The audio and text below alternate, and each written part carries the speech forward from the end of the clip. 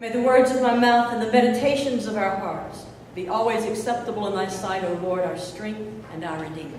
Amen.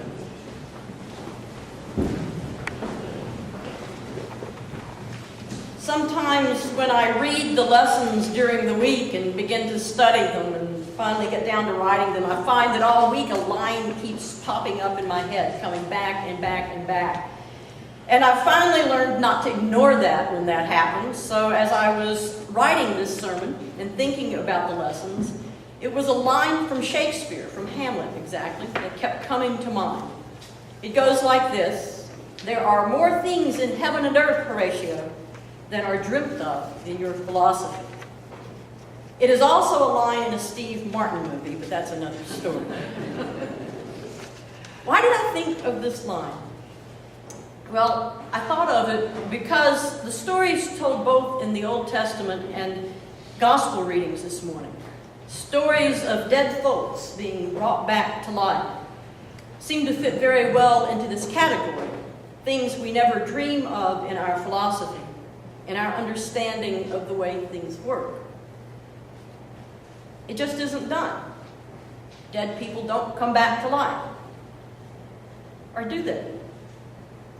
Truth is, in our day and age, people are brought back to life on a fairly regular basis every day through mouth-to-mouth resuscitation, CPR, defibrillation, all of which at one day at a time would have been considered very fanciful, nothing more than a figment of somebody's imagination. Unless, of course, you have witnessed it, as I have. Happened probably 25 years ago, and the details I found are very fuzzy. Can't even remember the young woman's name or the exact circumstances. She was the daughter of a parishioner. She was anorexic. She had already lost a leg. They had tried many things. Nothing had helped. Her mother had died a few months before. And I can't remember why she was in the hospital this time. All I can remember is the scene itself. And I don't know whether I was in a recovery room with her, which may have been because there were lots of beds, and she was in one not regular hospital bed among many. Or it may have been in a special observing place, because there was a glass behind which the nurses stood, and at one time I was back there too. I knew things weren't good when I was told to go out and get the family and move them from the general waiting room to a smaller private room. Always a signal that things are not necessarily going very well. I did that. And then the doctor came in and asked me to come back with him, and which is highly unusual. And I went back, went into this room, and prayed with her. And for some reason, I actually knelt down by the bed and prayed. And there were no family in there. It was just the medical personnel and me. And then they moved me back behind the glass, where I just was standing there for a while, speaking with the nurses, when she coded. And immediately, everybody was moved out of the way, and of course, all the things were brought in. I don't know whether you've ever seen that done, but it is quite a sobering sight. And they tried, and they tried, and they tried, and it looked like nothing was happening. And the nurse finally said to me, "You go on back out now with the family and just keep them calm until the doctor gets there." I was pretty young. I was pretty inexperienced with this sort of thing. And I think probably the look on my face the minute I walked into that room must have said everything, because before I said a word, the family burst into tears. I went back thinking that the young girl was dead. It had flatlined. And in a few minutes, the doctor came back, and I was prepared for the doctor to say this and then for me to pick up the pieces. That's what happens. The doctor says it and leaves, and then I stay and help the family.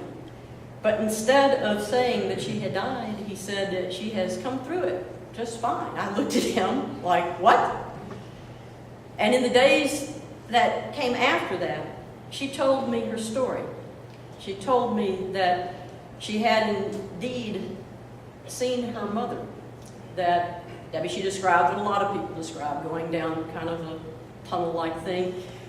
But her mother was coming towards her, and her mother told her to go back because she hadn't finished yet. And That's what she remembered. I don't know what that means. I know what the result was. The result was she finally agreed to go to a treatment program in Washington. And I left that church shortly thereafter, so I lost track of her, but the last thing I had heard was that she was still living and was still working a program. And I don't know whether she's alive to this day or not. But I do know what I saw in that room, even if I can't remember the details, because I saw them put the paddles up.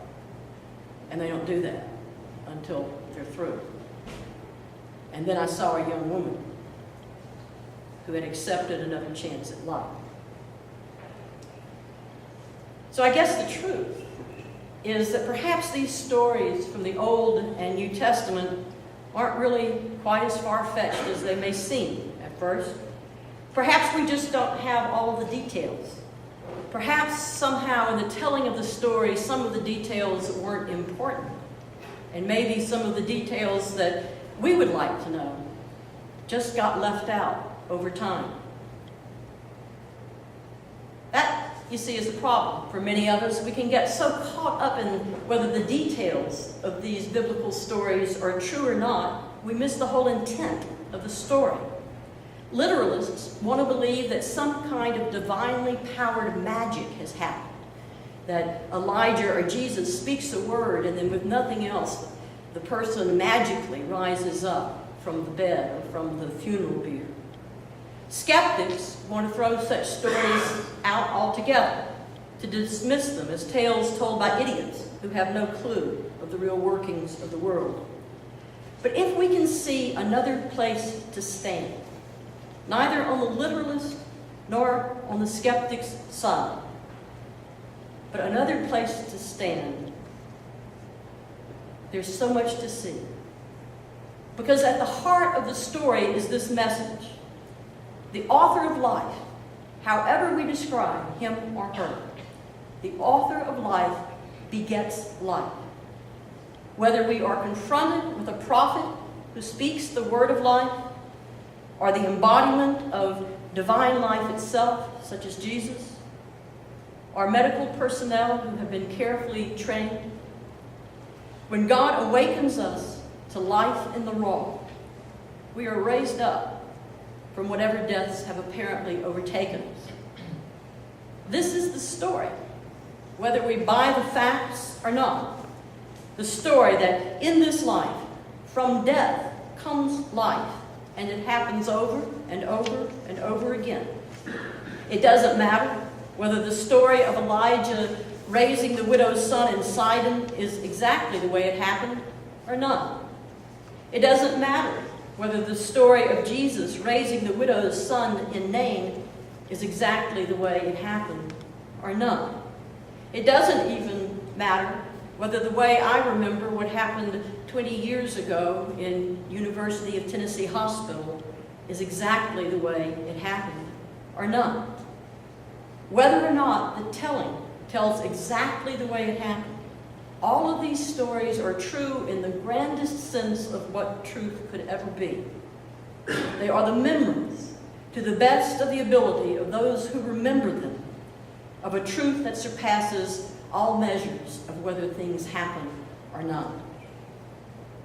And that truth is this, that over and over again, wherever there is death, the spirit of life itself, which we call God, will always bring new life. It will be true at the death of our own bodies, and it is equally true as we go through this life meeting the little deaths, the little death events that occur all the way through the living of life. Each time death deals a blow, God is always ready to raise us from that death to new life. We can count on it. Because if there is one truth that we all need to remember, it is most definitely the one that Shakespeare spoke of so long ago. There are more things in heaven and earth, Horatio, than are dreamt of in your philosophy.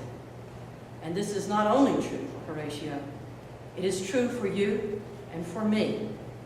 We are always standing very close to more opportunities for life than we ever dream of, more than we could ever hope or imagine.